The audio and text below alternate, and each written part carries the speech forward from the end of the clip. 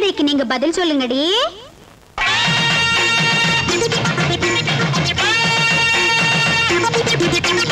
கல்யாணம் ஆன பொண்ணு கருத்த புள்ள, அவ கைய பிடிச்சா ஒருத்தா புருஷன் இல்ல.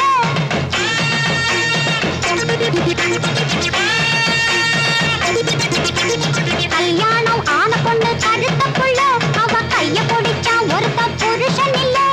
சம்மதப்பட்டா அவளும் மறுத்தல, சங்கடப்பட்டா வேற வழி இல்ல.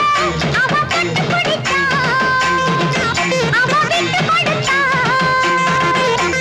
பழக்கமாகி வந்தவ, அட வழக்கம் போல தந்தவ. யாரவ யாரவ யாரவ?